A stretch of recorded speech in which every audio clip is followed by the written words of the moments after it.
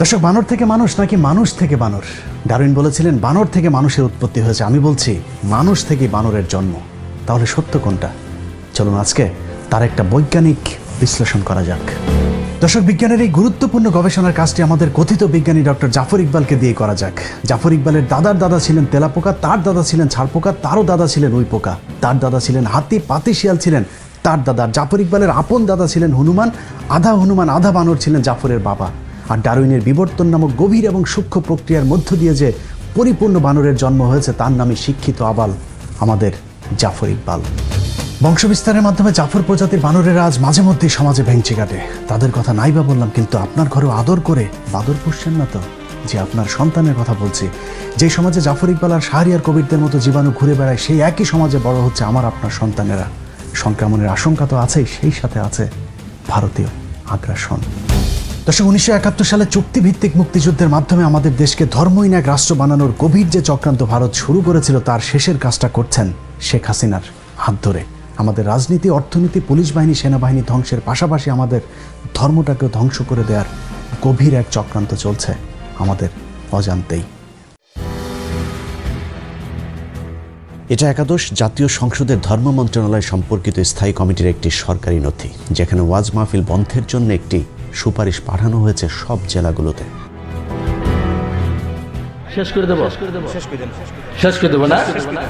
সব জেলাতে সুপারিশ পালিত না হলেও যেসব জেলাতে উগ্রপন্থী ভারতীয় দালালেরা প্রশাসনে আছেন, সেখানে ঠিকই বাস্তবায়িত হয়েছে।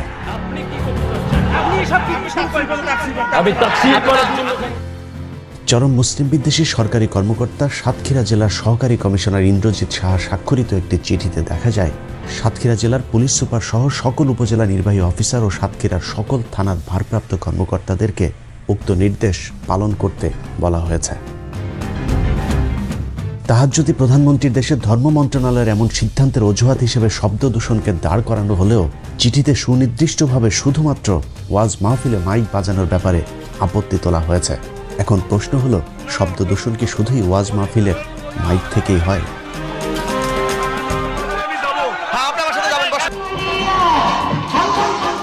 15 আগস্টে বিশিষ্ট মুক্তিযোদ্ধা ও সেনাবাহিনীর সম্মিলিত বিদ্রোহে নিহত শেখ মুজিবের পরিবারের সদস্যদের জন্য দোয়া ও মোনাজাত চলছে।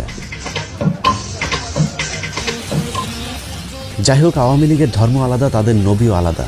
যৌক্তিক কারণে তাদের মোনাজাতের ধরন আলাদা হবে, সেটাই স্বাভাবিক। কিন্তু সমস্যা হলো, এখানেও তো উচ্চ শব্দে মাইক বাজানো হয়েছে, সেটা নিয়ে তো কোনো সমস্যা হয়নি।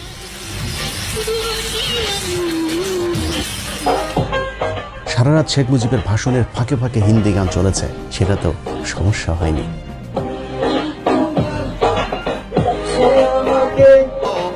সমস্যা হয়নি বাংলাদেশের ভেতরে ভারতীয় জাতীয় সঙ্গীত বাজানোতেও। যত সমস্যা বেঁধেছে শীতের কয়টা দিন আল্লাহর কোরআনের মাহফিলকে কেন্দ্র করে।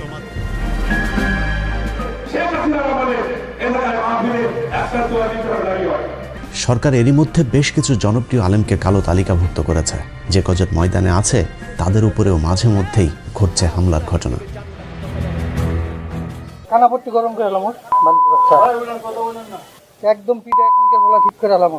মাঠে ময়দানে কোরআনের আলোচনার পাশাপাশি মসজিদগুলোতেও হামলা শুরু করেছে নব্য ভারতীয় রাজাকার আওয়ামী সন্ত্রাসীরা।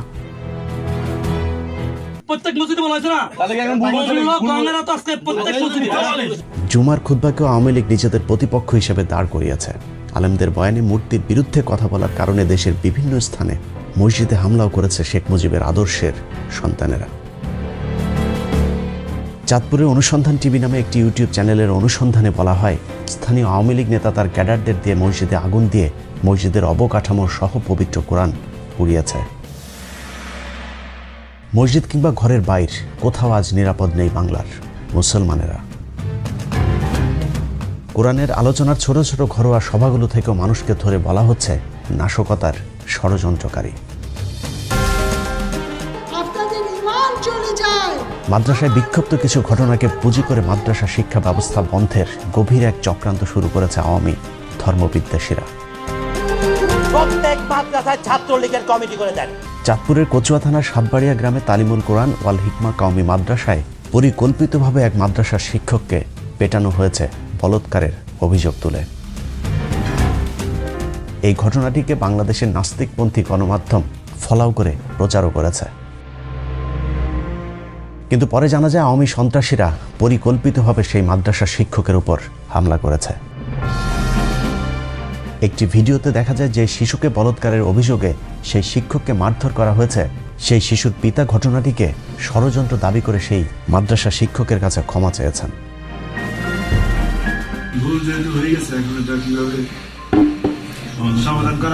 এসব সাজানো নাটককে গণমাধ্যম ফলাও করে প্রচার করলেও ঘটনার ভেতরের ঘটনা যখন ফাঁস হয় তখন গণমাধ্যম চুপ থাকে। এভাবে আয়ামে জাহিলিয়াতের চাইতে ভয়ঙ্কর হয়ে উঠেছে গত 1 বছরের আওয়ামী জাহিলিয়াতের যুগ। দর্শক, এসব তো আমাদের চোখের সামনেই ঘটছে, এর বাইরেও এমন অনেক কিছুই ঘটছে যার কোনো কিছুই আমরা জানি না। না জানার কারণেই অজানা এক অন্ধকারের দিকে ধাবিত হচ্ছে আমরা, আমাদের দেশ, ধর্ম, সেই সাথে আমাদের ভবিষ্যৎ প্রজন্ম। বাংলাদেশ থেকে ইসলামকে ধ্বংস করে দেওয়ার চক্রান্তের অংশ হিসেবে বাংলাদেশের শিক্ষা ব্যবস্থায় নাস্তিক্যবাদ প্রতিষ্ঠার লক্ষ্যে 2013 সালে প্রফেসর মোহাম্মদ মোস্তফা কামাল উদ্দিনকে সরিয়ে ভারতীয় এজেন্ট নারায়ণ চন্দ্র সাহাকে জাতীয় শিক্ষাক্রম ও পাঠ্যপুস্তক বোর্ডের চেয়ারম্যান নিযুক্ত করা হয়। আর বোর্ডের সম্পাদনার দায়িত্বে আছেন ডাক্তার সৌমিত্র চক্রবর্তী, তার সাথে আছেন মেড ইন ইন্ডিয়ান মাল জাফর ইকবাল। ভারতীয় 3 দালাল মিলেই বাংলাদেশের শিক্ষার্থীদের চরম কৌশলে মগজ ধুলাই করে ইসলাম বিদ্বেষী বানানোর এজেন্ডা বাস্তবায়ন শুরু করেছে। শিক্ষার নামে কুশিক্ষা দিয়ে কিভাবে শিক্ষার্থীদের মগজ ধুলাই করা হচ্ছে সেটা একটু দেখা যাক। 2014 সাল থেকে নবম দশম শ্রেণীর সাধারণ বিজ্ঞান, জীববিজ্ঞান থেকে শুরু করে একাদশ, দ্বাদশ, অনার্স পর্যন্ত নতুন একটি অধ্যায় চালু করা হয়েছে, যে অধ্যায়ে ডারউইনের বিবর্তনবাদ শিক্ষা দেওয়া হচ্ছে। এই অধ্যায়ের মূল বিষয় হলো মানুষ একসময় বানর, শিম্পাঞ্জি থেকে বনমানুষ হয়ে তারপর সেখান থেকে আধুনিক মানুষে রূপ নিয়েছে। এই আজগুবি কথা আমরা দীর্ঘদিন ধরে শুনে আসলেও এবার কৌশলে সেটাকে বৈজ্ঞানিক সত্য হিসেবে প্রতিষ্ঠিত করবার চেষ্টা চলছে। নবম দশম শ্রেণীর সাধারণ বিজ্ঞান বইয়ের 100 নম্বর পৃষ্ঠায় পৃথিবী উৎপত্তির এক কাল্পনিক ধারণা দেওয়া হয়েছে। সেই পৃষ্ঠায় বলা হয়েছে খ্রিস্টপূর্ব 4র্থ শতাব্দীতে গ্রিক দার্শনিক অ্যারিস্টটল প্রমাণ করেন যে জীবজগতের বিভিন্ন জীবের ভেতর এক শ্রেণীর জীব অন্য শ্রেণীর জীব হতে অপেক্ষাকৃত উন্নত এবং জীবগুলো তাদের পূর্বপুরুষ থেকে উৎপত্তি লাভ করে বিবর্তন বা অভিব্যক্তির মাধ্যমে ক্রমাগত পরিবর্তিত ও রূপান্তরিত হয়ে বর্তমান রূপ ধারণ করেছে। বিবর্তন একটি মন্থর এবং চলমান প্রক্রিয়া এবং এই প্রক্রিয়ার মাধ্যমে গঠনগত সরল জীবন থেকে জটিল জীবনের উৎপত্তি ঘটেছে। বইয়ের 101 নম্বর পৃষ্ঠায় উল্কা পিণ্ড থেকে তারপর তাপ বিকিরণের মধ্য দিয়ে মেঘ, তারপর সমুদ্র, সেখান থেকে প্রাণী উদ্ভিদ জগতের আজগুবি উদ্ভবের এক বর্ণনা দেওয়া হয়েছে। কিন্তু সমুদ্রের পানি থেকে কিভাবে মানুষ ও প্রাণী জগৎ, উদ্ভিদ জগতের জন্ম হলো তার বৈজ্ঞানিক কোনো ব্যাখ্যা নেই তাদের তত্ত্বে। বইয়ের পরের পৃষ্ঠা অর্থাৎ 101 নম্বর পৃষ্ঠায় উল্কা পিণ্ড থেকে জন্ম নেওয়া পৃথিবীতে কিভাবে মানুষের জন্ম হলো সেটারও এক অদ্ভুত চিত্র আঁকা হয়েছে। সেখানে দেখানো হয়েছে carbon dioxide, nitrogen, hydrogen, methane, ammonia, জলীয় বাষ্প, অ্যামাইনো অ্যাসিড, সেখান থেকে নিউক্লিক অ্যাসিড, প্রোটিন, নিউক্লিয় প্রোটিন, প্রোটোভাইরাস, ভাইরাস, ব্যাকটেরিয়া, সেখান থেকে প্রোটোজোয়া, তারপর বহুকোষী জীব, আর সেখান থেকেই উদ্ভিদ আর প্রাণীর জন্ম হয়েছে। বিবর্তনবাদের পক্ষে যুক্তি দেখাতে গিয়ে বইয়ের 103 নম্বর পৃষ্ঠায় কয়েকটি পশু পাখির সাথে মানুষের অস্থির তুলনা করে বলা হয়েছে বিবর্তনের মাধ্যমে এদের আকৃতির পরিবর্তন ঘটলেও এরা সবই এক জাত। কথিত বিবর্তনবাদের মাধ্যমে যে বিষয়টি শিক্ষার্থীদের শেখানোর চেষ্টা করা হচ্ছে তা হলো বানর কিংবা শিম্পাঞ্জি থেকে মানুষের জন্ম হয়েছে। প্রসঙ্গতই শিক্ষার্থীদের মনে প্রশ্ন আসতে পারে, তাহলে বানর বা শিম্পাঞ্জির মতো মানুষের লেজ কেন নেই? সে বিষয়টি পরিষ্কার করতে বইয়ের 104 নম্বর পৃষ্ঠায় একটি চিত্র এঁকে বোঝানো হয়েছে বাহ্যিকভাবে মানুষের লেজ না থাকলেও মেরুদণ্ডের শেষ প্রান্তে কক্সিক্স নামক একটি অঙ্গ বা লেজ আছে। জাফর ইকবাল, শাহরিয়ার কবির, মুনতাসির মামুনদের প্যান্ট খুলে চেক করলে হয়তো সেটার অংশবিশেষ পেলে পাওয়াও যেতে পারে। কোমলমতি শিক্ষার্থীদের কত বড় ডাহা মিথ্যা শিক্ষা দেওয়া হচ্ছে তার প্রমাণ বইয়ের 112 নম্বর পৃষ্ঠায়, যেখানে বলা হয়েছে পৃথিবীর সকল বিজ্ঞানীদের নিয়ে নাকি একটি জরিপ করা হয়েছিল। সেই জরিপে বিজ্ঞানীদের প্রশ্ন করা হয়েছিল পৃথিবীর এই পর্যন্ত যত বৈজ্ঞানিক তত্ত্ব বের হয়েছে তার মধ্যে সর্বশ্রেষ্ঠ তত্ত্ব কোনটি? সব বিজ্ঞানী নাকি বলেছেন সর্বশ্রেষ্ঠ তত্ত্ব ডারউইনের বিবর্তন তত্ত্ব। একই ভৌতিক দাবি কথিত বিজ্ঞান মনস্ক লেখক জাফর ইকবাল নিজেও প্রচার করে চলেছেন। পৃথিবীর সমস্ত সায়েন্টিস্ট মিলে ঠিক করেছেন যে ডারউইনের বিবর্তনের যে থিওরি সেটা হচ্ছে যে পৃথিবীর সবচেয়ে গুরুত্বপূর্ণ সায়েন্টিফিক থিওরি। জাফর ইকবালের এই তথ্য কত বড় ধোঁকাবাজি তার প্রমাণ নিউ ইয়র্ক টাইমসের 2016 সালের 21শে ফেব্রুয়ারি পত্রিকার একটি প্রতিবেদন, যেখানে 514 জন বিজ্ঞানী ডারউইনের বিবর্তন মতবাদের বিরুদ্ধে একটি পিটিশনে স্বাক্ষর করবার খবর ছাপা হয়েছে।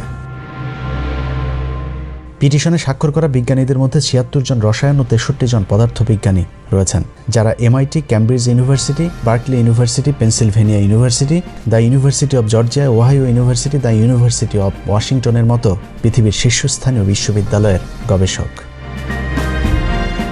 একাদশ দ্বাদশ শ্রেণী জীববিজ্ঞান বইয়ের সবচেয়ে ডাহা মিথ্যা তথ্যটি 278 নম্বর পৃষ্ঠায়, যেখানে বলা হয়েছে বিবর্তন যে শুধু প্রাকৃতির কোলেই ঘটে তা নয়, গবেষণাগারে পরীক্ষামূলকভাবে নাকি বিবর্তন ঘটানো সম্ভব হয়েছে, আর এটিকেই তারা বলছে বিবর্তনের বাস্তবতার প্রমাণ।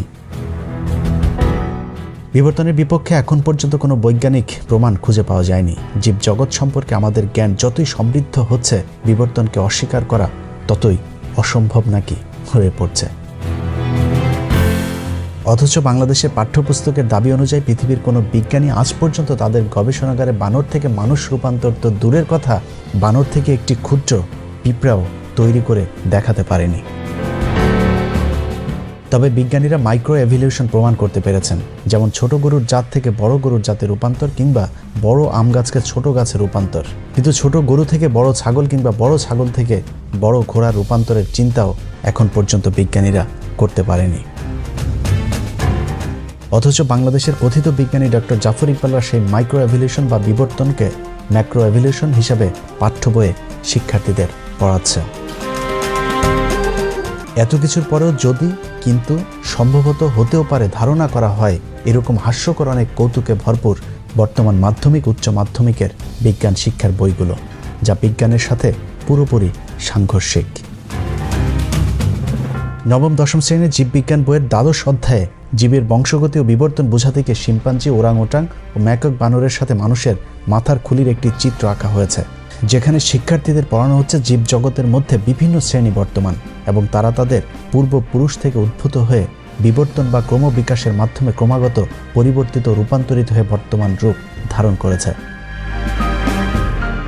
তার মানে কুকুর বানরের মতো মানুষও কোনো একটা প্রাণী থেকে জন্ম নিয়ে আজকের এই রূপ ধারণ করেছে। জীববিজ্ঞান বইয়ের 272 নম্বর পৃষ্ঠায় একটি চিত্র এঁকে দেখানোর চেষ্টা করা হয়েছে কিভাবে হাঁস, পাখি, মাছ, গাছের মতো একইভাবে ব্যাকটেরিয়া থেকে মানুষের উৎপত্তি হয়েছে। একাদশ দ্বাদশ শ্রেণীর জীববিজ্ঞান দ্বিতীয় পত্রের 471 নম্বর পৃষ্ঠায় জিন তত্ত্ব বিবর্তন বোঝাতে গিয়ে সমবৃত্তীয় অঙ্গের একটি সংজ্ঞা দেওয়া হয়েছে, যেখানে বলা হয়েছে যেসব অঙ্গ কার্যতভাবে একই ধরনের কিন্তু উৎপত্তি ও গঠনগতভাবে পৃথক তাদেরকে সমবৃত্তীয় অঙ্গ বলে। যেমন পতঙ্গ, পাখি ও বাদুড়ের ডানা, মৌমাছি ও কাঁকড়া বিছার হাল, মাছের পাখনা ও তিমি মাছের ফ্লিপার, অক্টোপাসের চোখ ও মানুষের চোখ ইত্যাদি। অর্থাৎ ঘুরে ফিরে কথা একটাই, সেটা হলো মানুষ এবং অন্যান্য প্রাণীর মধ্যে কোনো পার্থক্য নেই, সবার উৎপত্তি একই জায়গা থেকে হয়েছে।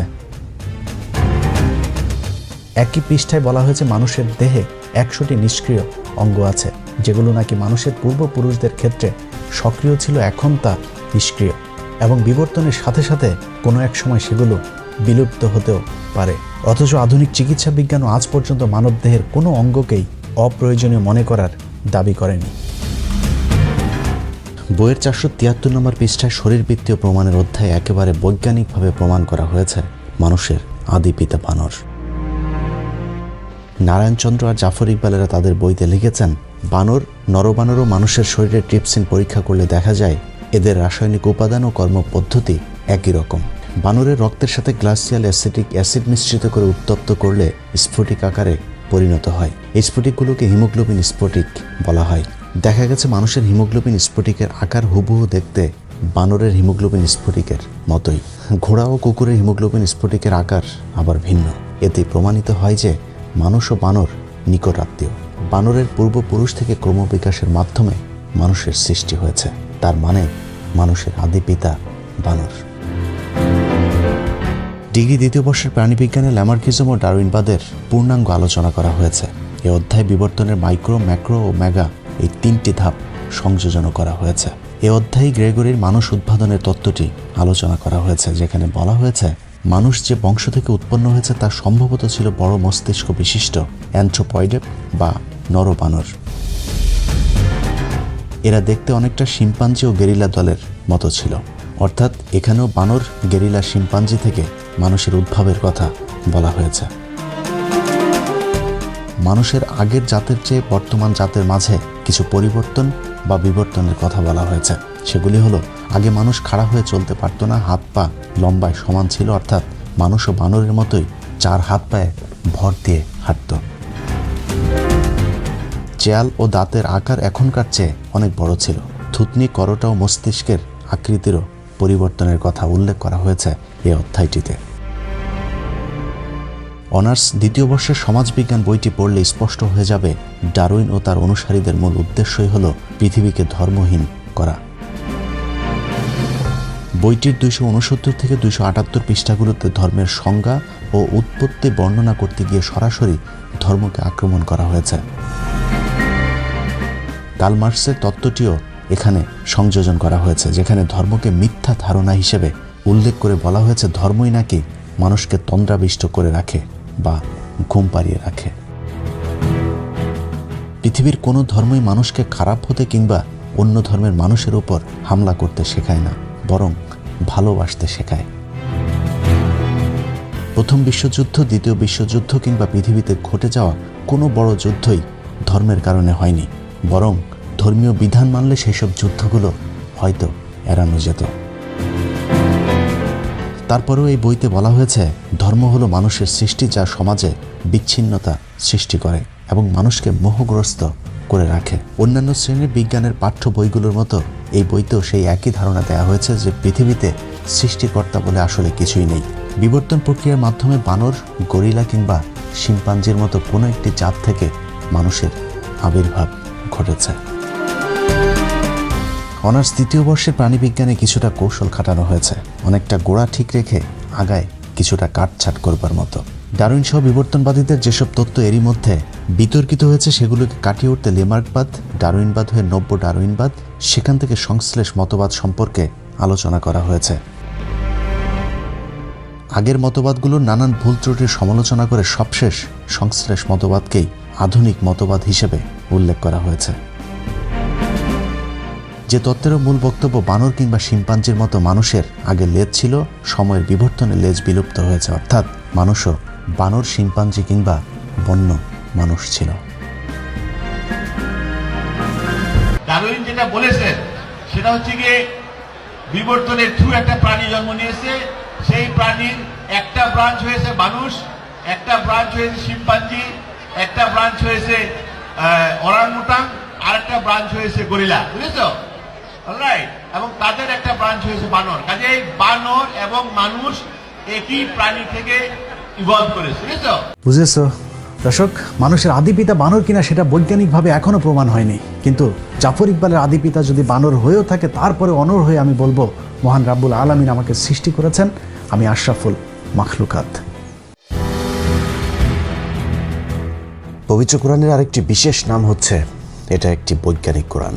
পবিত্র কোরআনের অসংখ্য আয়াত আছে যেখানে পৃথিবীর সৃষ্টির রহস্য সহ বিভিন্ন ধরনের বৈজ্ঞানিক আলোচনা করা হয়েছে। সূরা ইয়াসিনের 36 নম্বর আয়াতে বলা হয়েছে, মহিমায়িত সেই সত্তা যিনি প্রতিটি বস্তুকে জোড়ায় জোড়ায় সৃষ্টি করেছেন, ভূমি যা উৎপাদন করে এমনকি তাদের নিজেদের প্রজাতি অর্থাৎ মানব জাতি, আর সেই সব বস্তু যা তারা নিজেরাও জানে না। সূরা শুরার 11 নম্বর আয়াতে বলা হয়েছে, তিনি তোমাদের মধ্যে জোড়া তৈরি করেছেন, পশুদের মধ্যেও করেছেন জোড়া, এভাবেই তিনি বংশ বিস্তার করেন। সূরা রাদের 3 নম্বর আয়াতে বলা হয়েছে, এবং প্রত্যেক প্রকার ফল সৃষ্টি করলেন জোড়ায় জোড়ায়। সূরা লোকমানের 10 নম্বর আয়াতে বলা হয়েছে, তিনি আসমান হতে বৃষ্টি বর্ষণ করেন এবং তাতে সর্বপ্রকার উদ্ভিদ জোড়ায় জোড়ায় জন্মায়। সূরা নিসার 1 নম্বর আয়াতে বলা হয়েছে, হে মানুষ, তোমরা তোমাদের রবকে ভয় করো, যিনি তোমাদেরকে এক ব্যক্তি হতে সৃষ্টি করেছেন এবং যিনি তার থেকে তার সঙ্গিনীকে সৃষ্টি করেছেন আর বিস্তার করেছেন তাদের দুজন থেকে অগণিত পুরুষ ও নারী। সূরা নূরের ৪৫ নম্বর আয়াতে বলা হয়েছে, এবং আল্লাহ পানি হতে সকল জীব সৃষ্টি করেছেন। এদের কিছু পেটের উপর ভর করে চলে, আর কিছু দু পায়ের উপর ভর দিয়ে চলে, আর কিছু চলাচল করে চার পায়ের উপর ভর করে। আল্লাহ তার ইচ্ছা মতো সৃষ্টি করেন, নিশ্চয়ই আল্লাহ সর্বশক্তিমান। এভাবে কোরআনের বিভিন্ন জায়গায় পৃথিবী, মানুষ ও জীবজন্তু সৃষ্টির রহস্য সম্পর্কে আলোচনা করা হয়েছে, যার কোনোটি আজ পর্যন্ত আধুনিক বিজ্ঞান ভুল বলে প্রমাণ করতে পারেনি।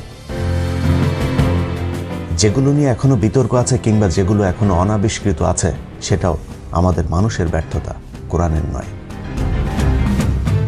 একজন মুসলমান হিসাবে বিজ্ঞানের কোনো আবিষ্কার যদি কোরআনের বিরুদ্ধেও যায়, তাহলেও মনে রাখতে হবে, ভুল যদি করে থাকে বিজ্ঞান করছে, কোরআন নয়। কারণ বিজ্ঞানের এমন অনেক আবিষ্কারই আছে যেটা কালের বিবর্তনে মিথ্যা বলে প্রমাণিত হয়েছে, কিন্তু 14,000 বছর আগের কোরআনের একটি শব্দ আজ পর্যন্ত ভুল বলে প্রমাণ হয়নি।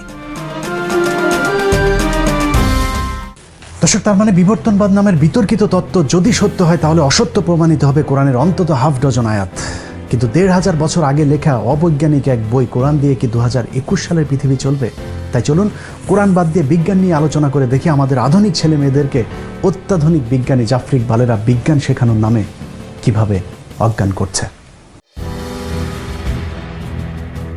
নবম শ্রেণী থেকে অনার্স পর্যন্ত আমাদের দেশের জাতীয় পাঠ্যপুস্তকের এতক্ষণের আলোচনা যদি পর্যালোচনা করা হয়, তাহলে যা দাঁড়াবে তা হলো ভাইরাস থেকে ব্যাকটেরিয়া, তারপর প্রোটোজোয়া হয়ে বহুকোষী, সেখান থেকে প্রাণী জগৎ ও উদ্ভিদ জগতের জন্ম হয়েছে। বৈজ্ঞানিকভাবে কোনো ব্যাখ্যা না দিয়েই বলা হয়েছে কোনো না কোনো একভাবে প্রাণী তার প্রাণ পেয়েছে, আর সেই প্রাণীর মধ্য থেকে কোনো একটি প্রাণী থেকে বানর, শিম্পাঞ্জি, গেরিলা, ওরাংওটাং এবং মানুষ উৎপত্তি হয়েছে। মানুষেরও বানর ও শিম্পাঞ্জির মতো কোনো এক সময় লেজ ছিল। বিভিন্ন বিবর্তনের মাধ্যমে মানুষ বর্তমান লেজবিহীন রূপ পেয়েছে। আধুনিক মানুষের ঠিক আগের প্রজাতিকে ক্রোম্যাগনন এবং তার ঠিক আগের প্রজাতিকে বলা হয়েছে নিয়েন্ডারথাল প্রজাতি। নিয়েন্ডারথাল প্রজাতির মানুষের উৎপত্তি দাবি করা হয়েছে 1 লাখ বছর পূর্বে। তাদের যুক্তি হিসেবে 1865 সালে পাওয়া 75,000 বছর আগের পাওয়া মানুষের একটি জীবাশ্মকে তুলে ধরা হয়েছে, এবং সেটাকেই নিয়েন্ডারথাল প্রজাতির মানুষের সবশেষ জীবাশ্ম হিসাবে দাবি করা হয়েছে। অর্থাৎ 75,000 বছরের পরে নিয়েন্ডারথাল প্রজাতির মানুষের অস্তিত্ব পৃথিবীতে ছিল না। এর পরের প্রজাতি হিসাবে দাবি করা হয়েছে ক্রোম্যাগনন। তাদের বিলুপ্তির কথা বলা হয়েছে এখন থেকে 10,000 বছর পূর্বে। অর্থাৎ 75,000 বছর থেকে 10,000 বছরের এর মাঝামাঝি কোনো একটা সময় আধুনিক মানুষের উৎপত্তি হয়েছে। সেটা হতে পারে 75,000 বছর আগে, হতে পারে 10,000 বছরের ঠিক আগে। তাদের সেই দাবি অনুযায়ী আধুনিক মানুষের বয়স হয়তো 30,000 বছর আগের। এবার দেখা যাক তাদের সেই যুক্তি কতটা সত্যি। 2018 সালের জানুয়ারি 26 তারিখে ইউএস জার্নালের এক প্রবন্ধে 1,74,000 থেকে 1,88,000 বছরের পুরাতন মানুষের একটি জীবাশ্ম আবিষ্কারের কথা বলা হয়েছে। 2017 সালের জুনের 10 তারিখে স্টিফেন অ্যান্ডারসন তার এক প্রবন্ধে লিখেছেন, 3 lakh years old human fossil found in Morocco challenge our understanding of evolution. অর্থাৎ 3 লাখ বছর আগে পাওয়া মানুষের দেহের ধ্বংসাবশেষ বর্তমান বিবর্তনবাদীদেরকে চ্যালেঞ্জ ছুড়ে দিয়েছে। নিউ চায়না 2019 সালের জানুয়ারির 2 তারিখে একটি রিপোর্ট প্রকাশ করেছে, যেখানে 90 বছর আগের মানুষের একটি দেহাবশেষের ছবি দেয়া হয়েছে। এভাবে একের পর এক আধুনিক মানুষের জীবাশ্মের আবিষ্কার বিবর্তনবাদীদের 10,000 থেকে 75,000 বছরের মধ্যে আধুনিক মানুষের উৎপত্তি এমন ধারণাকে লণ্ডভণ্ড করে দিচ্ছে। এর বাইরেও ডারউইনবাদীরা বিবর্তনের যে কটি মূল যুক্তি দাঁড় করিয়েছে, তার সবকটি বৈজ্ঞানিকভাবে মিথ্যা প্রমাণিত হয়েছে। বিবর্তনবাদীদের সবচেয়ে প্রধান দাবিটির মূল উপড়ে দিয়েছেন কেভিন অ্যান্ডারসন। বিখ্যাত এই জীববিজ্ঞানী তার প্রবন্ধে লিখেছেন, জীবন আসে জীবন থেকে, এটা জীববিজ্ঞানের প্রধান মৌলিক নিয়ম। কিন্তু বিবর্তনবাদ সেই মৌলিক নিয়মকেই লঙ্ঘন করেছে। নিষ্প্রাণ বস্তু থেকে কখনোই প্রাণ আসে না। যেহেতু প্রথম প্রাণীর দেহে কিভাবে প্রাণ এসেছিল সেটা বিবর্তনবাদীরা এখনো প্রমাণ করতে পারেনি, সেহেতু তাদের এই ধারণাটি বিভ্রান্তিকর। কেভিন অ্যান্ডারসন চ্যালেঞ্জ ছুড়ে বলেছেন, আমি পৃথিবীর সকল বিজ্ঞানীদেরকে প্রাণী দেহের সকল অণু যেমন শর্করা, অ্যামাইনো অ্যাসিড, লিপিড এ সব কিছু দিয়ে বলবো তারা যেন গবেষণায় একটি প্রাণ তৈরি করে দেখান। এখন পর্যন্ত সমসাময়িক জেনেটিক্স, কোষ জীববিজ্ঞান, ইপিজেনেটিক, আণবিক জীববিজ্ঞান ও জৈব রসায়নবিদদের গবেষণায় লাখ লাখ ডলার খরচ করে প্রাণের উৎপত্তির যে গবেষণা চালানো হচ্ছে তার ফলাফল এখনো শূন্য। কেভিন অ্যান্ডারসন বলেছেন, সুনির্দিষ্টভাবে বলা না গেলেও এতটুকু বলা যায় আমাদের গবেষণার নাগালের বাইরের কোনো এক শক্তি থেকে পৃথিবীতে প্রাণ এসেছে, কিন্তু কোথা থেকে প্রাণ এসেছে সে আবিষ্কার হয়তো আজীবন অনাবিষ্কৃতই থেকে যাবে। টাইমস ম্যাগাজিনের এক জরিপে দেখা গেছে মার্কিন যুক্তরাষ্ট্রের 30,000-এরও কিছু বেশি সংখ্যক কলেজ শাখার বিজ্ঞান শিক্ষক ডারউইনের এই মতবাদকে বিশ্বাস করেন না। হার্ভার্ড বিশ্ববিদ্যালয়ের গবেষণায় অংশ নিয়ে যুক্তরাষ্ট্রের 1 লাখ শিক্ষক বলেছেন, বাইবেলের ইন্টেলিজেন্ট ডিজাইন তত্ত্ব ডারউইনের বিবর্তন তত্ত্বের গুরুতর বৈজ্ঞানিক বিকল্প। 5,70,000 মার্কিন চিকিৎসক দাবি করেছে কোনো এক ঐশ্বরিক শক্তির অলৌকিক সৃষ্টি মানুষ। দেশটির 60% চিকিৎসক ডারউইনের মতবাদকে সরাসরি প্রত্যাখ্যান করেছেন। 1997 সালে নিউ ইয়র্ক টাইমসের এক সংবাদে বলা হয়েছিল, পৃথিবীর 2.5 মিলিয়ন বিজ্ঞানী ও প্রকৌশলী সৃষ্টিকর্তায় বিশ্বাস করেন, যা ছিল পৃথিবীর ওই সময়ের মোট বিজ্ঞানী ও প্রকৌশলীর 40%। 2017 সালে এই সংখ্যা দাঁড়ায় 6.2 মিলিয়ন। তারা মনে করেন সৃষ্টিকর্তার অস্তিত্ব ও ডারউইনের মতবাদ একসাথে চলতে পারে না, অর্থাৎ সৃষ্টিকর্তায় বিশ্বাসী বিজ্ঞানীদের সংখ্যা দিনকে দিন বেড়েই চলেছে।